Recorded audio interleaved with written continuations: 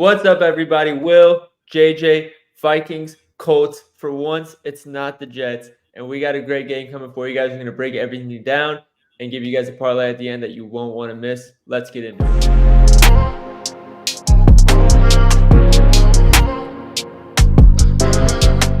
Welcome back in, everybody. JJ, how are we feeling? Feeling great, sunny over here. Starting to get a little chilly, but hoodie season, so we good. Got a Hopefully we little got extra some savings time? yeah, I'm here for it. Love it. Well, these players got an extra night of sleep, so hopefully they're coming out and doing their jobs today. But let's talk about it. So we'll get into the Vikings side of the ball first. TJ Hawkinson's back. How are we expecting that to change things for the offense of the Vikings? I think he's just gonna be another like little utility target across the middle, maybe some out routes to the flats. But I think they're gonna target him a lot more across the middle because the Colts have been bad across the middle. I think you said they're bad against tight ends as well. Yes, I'll come and confirm the exact number in terms of pass attempts and yards to tight ends. But for Against tight now, ends, they allow the sixth most, or that they have a sixth worst DVOA versus tight ends. In terms of pass attempts, it looks like they're bottom 10, and yards, it looks like they're eighth worst. So there's not really any bright spots to look at when it comes to the Colts defending tight ends. yeah, and sounds like there's gonna be no limitations for Hawkinson from what I've been reading up on. So he should be a full go today. I think if anything, it's probably gonna be a little bit of a like take some targets away from like Addison, maybe possibly, but he should still get some like deep shots across the middle.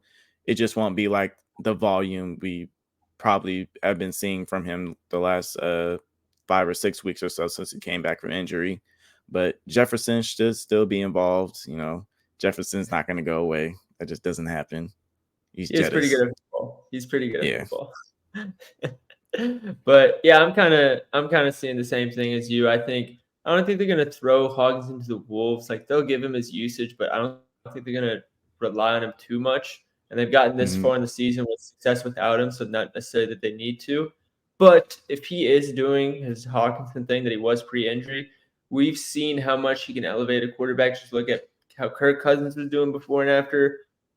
TJ Hawkinson kind of opened up a lot, and I think I wouldn't be surprised if we see a little bit of the same with Sam Darnold, but who knows? We'll see. As far as Justin Jefferson, yeah, wide receivers have been killing the Colts downfield, so I feel like Justin Jefferson's going to be fitting the mold perfectly. He's had 81 receiving yards in every game this season except for one, and that was because they were up by like 4 touchdowns against the Giants in the first half, so he just didn't need to pass the ball at all. But that's kind of what I'm seeing on the passing side. On the running side, they're going to want to rely on Aaron Jones. However, the Colts' run defense, they've been getting beat up by running backs in terms of just teams pounding the ball, just running a lot against them.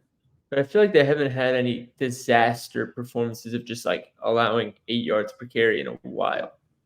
Yeah, outside of those first 2 weeks of the season where they gave up 150 plus yards in back-to-back games, they kind of like settled in. I think they still have the same style defense scheme, and that's even with losing DeForest Buckner to IR and all that.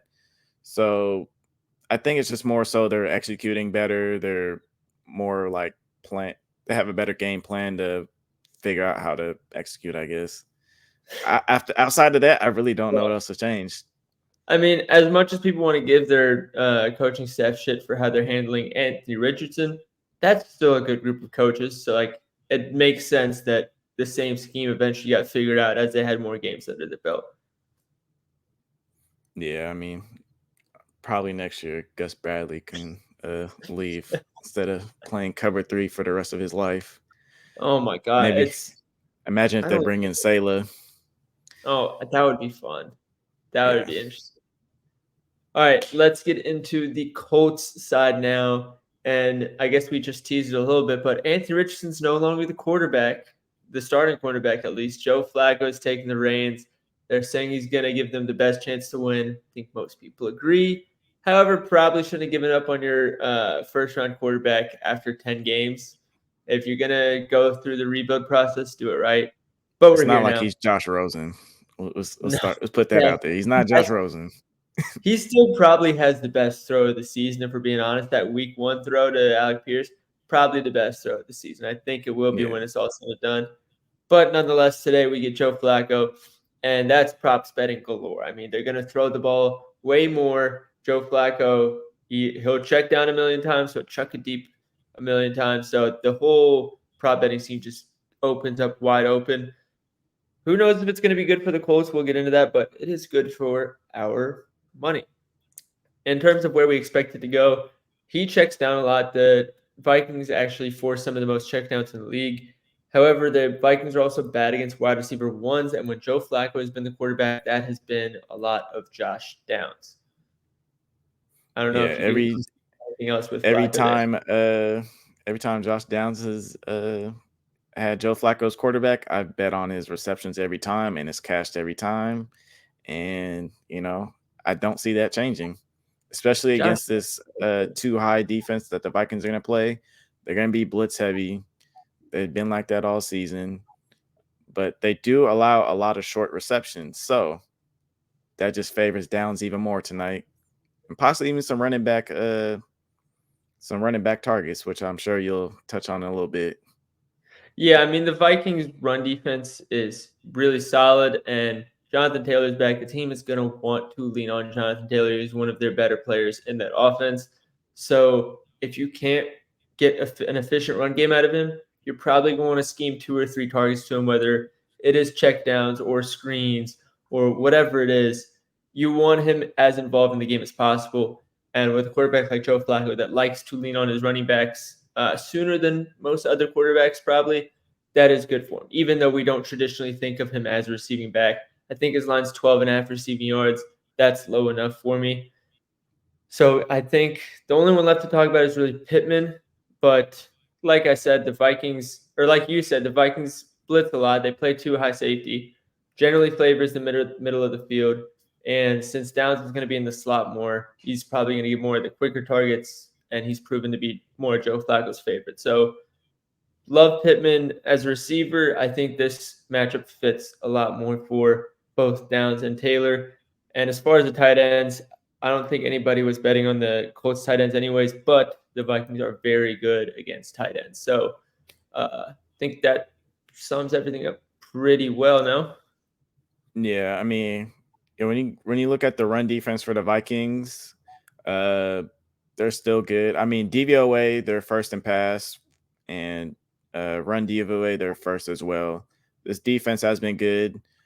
They faced a lot of like tough matchups the past couple of weeks that with schemes that can attack this defense easily. But I mean, the Colts are the Colts right now. Joe Flacco is not mobile. They're gonna get a lot of zone blitzes at him. So I wouldn't be surprised if they stack the box here a little bit. They haven't been stacking the box a whole lot, but knowing how the Colts want to establish the run, they're gonna probably try and take that away first and force Joe Flacco to pass. A lot of teams have, well, a lot of bettors, a lot of cappers, quote unquote, have wanted to say the Vikings pass defense is bad, but it's more so teams have been trying to play catch up.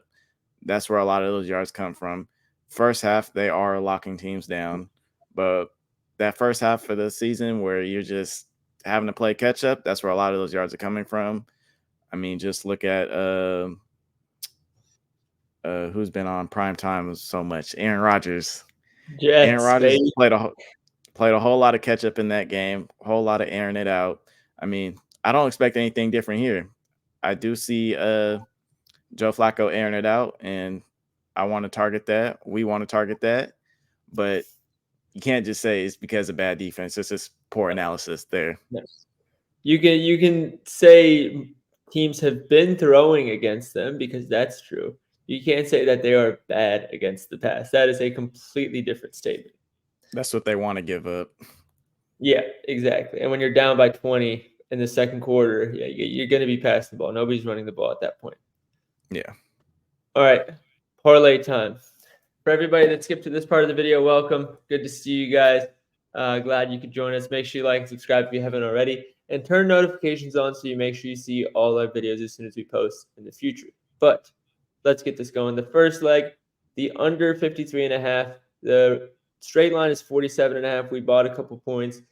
And the reason why is because since 2022, Sunday Night Footballs before Week 10 are 22-6 for the under. 4 of those 6 have finished within 7 points of their spread, so we bought a little bit. Next up, Justin Jefferson, 70-plus receiving yards. Like I said, he's had 81 or more in every single game this season except the first one, which was a wild blowout. So T.J. Hawkinson in the mix now. We think that's going to take more away from Jordan Addison, and the Colts are not good downfield, so expect him to get a couple or 1 or 2 big chunk plays and then stay active for the rest of it. 70 is a pretty soft line for him. Lastly, Josh Downs, 5 receptions. He's Flacco's number 1 receiver. Against 2 high safety looks, the middle of the field is going to be open for him.